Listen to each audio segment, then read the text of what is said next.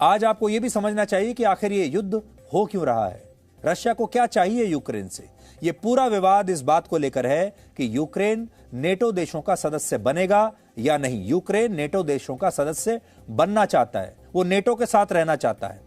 वर्ष 2008 में नेटो देशों ने यह फैसला लिया था कि वो यूक्रेन को अपने सैन्य संगठन में शामिल करने पर विचार कर सकते हैं और तब इसके लिए एक समिति का गठन भी किया गया था। लेकिन उस समय रशिया की तरफ से यूक्रेन पर इतना दबाव बनाया गया कि उसे इस समझौते से पीछे हटना पड़ा और तब यह डील नहीं हो पाई और तभी से यूक्रेन अलग अलग समय पर नेटो देशों को ज्वाइन करने का प्रयास करता रहा है। और उसने एक ऐसी ही कोशिश वर्ष 2021 के अंत में की थी, जिस पर रशिया ने बड़ा कड़ा ऐतराज जताया और रशिया को यह मंजूर नहीं है कि उसका पड़ोसी देश नेटो देशों में शामिल हो जाए और ऐसे ग्रुप को ज्वाइन कर ले, क्योंकि नेटो देश रशिया को अपना दुश्मन मानते हैं। इसलिए रशिया यह नहीं चाहता कि उसका पड़ोसी उसके दुश्मन के साथ मिल जाए। इसका एक मतलब यह भी होगा कि अगर यूक्रेन नेटो देशों से मिल गया तो नेटो देशों की जो सेनाएं हैं वो यूक्रेन तक आ जाएंगी, मतलब रशिया की सीमाओं तक आ जाएंगी और यह रशिया की आंतरिक सुरक्षा के लिए खतरनाक होगा। नेटो अमेरिका, कनाडा, ब्रिटेन और फ्रांस जैसे 30 देशों का एक मिलिट्री ग्रुप है और अब रशिया के सामने चुनौती यह है कि उसके कुछ पड़ोसी देश पहले ही नेटो को ज्वाइन कर चुके हैं और इनमें एस्टोनिया है, इनमें लातविया है। इस तरह के देश हैं जो पहले सोवियत संघ का एक जमाने में हिस्सा हुआ करते थे, अब ये नेटो के साथ मिल गए हैं और यह बात रशिया को अच्छी नहीं लगती। और अब अगर यूक्रेन भी नेटो का मित्र देश बन गया तो रशिया चारों तरफ से अपने दुश्मन देशों से घिर जाएगा और उस पर अमेरिका जैसे देश हावी हो जाएंगे। अमेरिका जब चाहे रशिया के गर्दन तक पहुंच सकता है। नेटो देश इस सिद्धांत को मानते हैं कि अगर उनके किसी मित्र देश पर कोई दूसरा देश हमला करता है तो यह हमला सभी नेटो देशों पर हमला माना जाएगा और ये सारे देश मिलकर उस राष्ट्र के खिलाफ, उस हमलावर राष्ट्र के खिलाफ लड़ेंगे।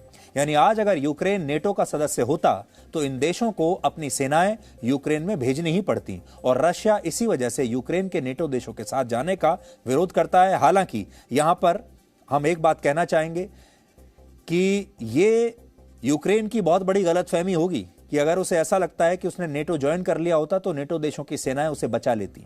आज भी यूक्रेन को यह बात समझ में आ गई होगी कि ये सारे जो देश हैं ये बातें तो बड़ी बड़ी करते हैं लेकिन इनका एक सैनिक भी यूक्रेन को बचाने के लिए अब तक पहुंचा नहीं है। रशिया की क्रांति के नायक व्लादिमीर लेनिन ने एक बार कहा था कि रशिया के लिए यूक्रेन को गंवाना ठीक वैसा ही होगा जैसा एक शरीर से उसका सिर अलग करना हो। हालांकि आपके मन में यह सवाल भी होगा कि यूक्रेन नेटो के साथ आखिर जाना क्यों चाहता है। इसको समझने के लिए आपको इतिहास में 100 साल पीछे जाना होगा। वर्ष 1917 से पहले तक रशिया और यूक्रेन रशियन एम्पायर यानी रूसी साम्राज्य का हिस्सा हुआ करते थे, लेकिन 1917 में रशिया की क्रांति के बाद यह साम्राज्य बिखर गया और यूक्रेन ने खुद को एक स्वतंत्र देश घोषित कर दिया। हालांकि यूक्रेन मुश्किल से 3 साल भी आजाद नहीं रह पाया और वर्ष 1920 में यूक्रेन सोवियत संघ में शामिल हो गया। इसके बाद वर्ष 1991 में जब सोवियत संघ का विघटन हुआ, जब सोवियत संघ टूटा, तब 15 नए देश बने जिनमें यूक्रेन भी था।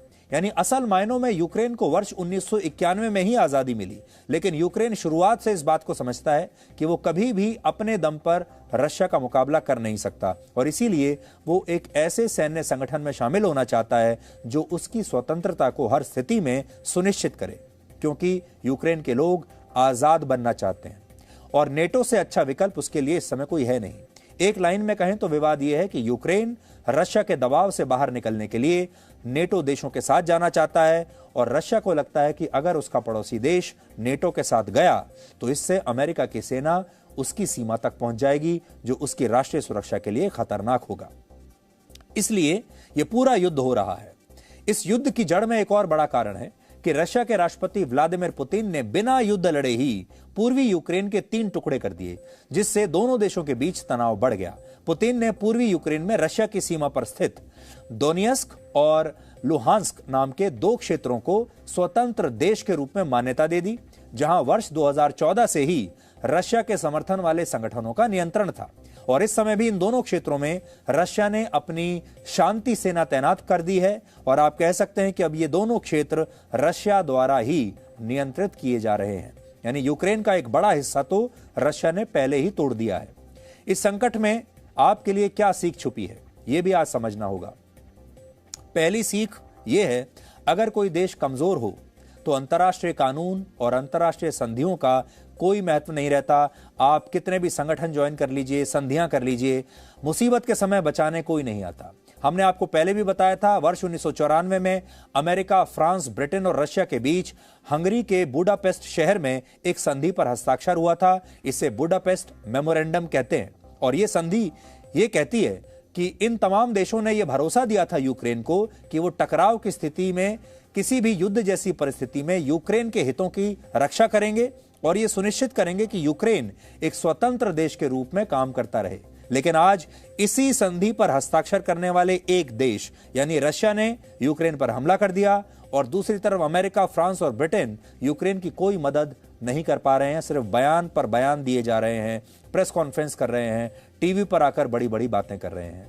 तो जो दो बड़े देश थे जिन्होंने यूक्रेन को कहा कि हम आपकी सुरक्षा करेंगे, वो थे रशिया और अमेरिका।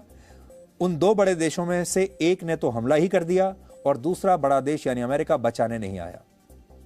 दूसरी सीख यह है कि जो देश अपनी रक्षा करने में खुद सक्षम नहीं होते, जिनके पास निर्णायक नेतृत्व नहीं होता, मजबूत लीडरशिप नहीं होती, उस देश की रक्षा करने के लिए बाहर का कोई देश भी नहीं आता। दुनिया में शक्ति और केंद्रीयकरण और संतुलन के लिए अलग अलग सैन्य और राजनीतिक संगठन बनाए गए हैं और इनकी संख्या बहुत है। जैसे आज आपके पास दुनिया में संयुक्त राष्ट्र जैसी संस्थाएं हैं, हमारे पास G20 है, G8, G7 जैसे संगठन है, सार्क है, ब्रिक्स है, नेटो है, शंघाई कोऑपरेशन ऑर्गेनाइजेशन यानी SCO जैसे संगठन है। सब दुनिया में ये संगठन अलग अलग देशों की मेंबरशिप के साथ चल रहे हैं और ये सब संगठन कहते हैं कि वो संकट की स्थिति में सहयोग के साथ समाधान पर काम करेंगे, एक दूसरे की मदद करेंगे। लेकिन सच ये है कि इन संगठनों का आज इस तरह की स्थिति में कोई महत्व नहीं है। इस दुनिया का कोई संगठन कुछ नहीं कर पा रहा। यूनाइटेड नेशंस की भूमिका को आप देख लीजिए, वो अफगानिस्तान में कुछ नहीं कर पाया, अफगानिस्तान के लोगों को मरने के लिए छोड़ दिया। यूनाइटेड नेशंस इराक में कुछ नहीं कर पाया, सीरिया में कुछ नहीं कर पाया और अब यूक्रेन में भी कुछ नहीं कर पा रहा। अगर कोई देश अपनी रक्षा करने में सक्षम नहीं है तो इन तमाम संगठनों का सदस्य देश होकर भी कुछ हासिल नहीं कर पाएगा। और तीसरी सीख ये कि जिस देश के आंतरिक मामलों में दूसरे देशों का दखल हो जाता है, उस देश में अनिश्चितता और अस्थिरता पैदा होना स्वाभाविक है। और ये हम अफगानिस्तान में देख चुके हैं और अब यूक्रेन में भी बिल्कुल वैसे ही हालात हो रहे हैं। यूक्रेन और रशिया के बीच युद्ध को टालने के लिए अमेरिका और पश्चिमी देशों ने काफी दबाव बनाया, लेकिन उनकी कोई कोशिश काम नहीं आई और रशिया इसलिए इन देशों पर भारी साबित हुआ क्योंकि उसने अपने आंतरिक फैसलों को अपने हाथ में रखा, कंट्रोल अपने हाथ में रखा और उसके पास एक बहुत ही मजबूत नेता है व्लादिमीर पुतिन के रूप में। उसने किसी और देश के हिसाब से यह तय नहीं किया कि अब उसका अगला कदम क्या होगा, इसलिए पूरी दुनिया इंतजार करती रही कि पुतिन का अगला कदम क्या होगा और हर बार पुतिन ने पूरी दुनिया को चौंकाया।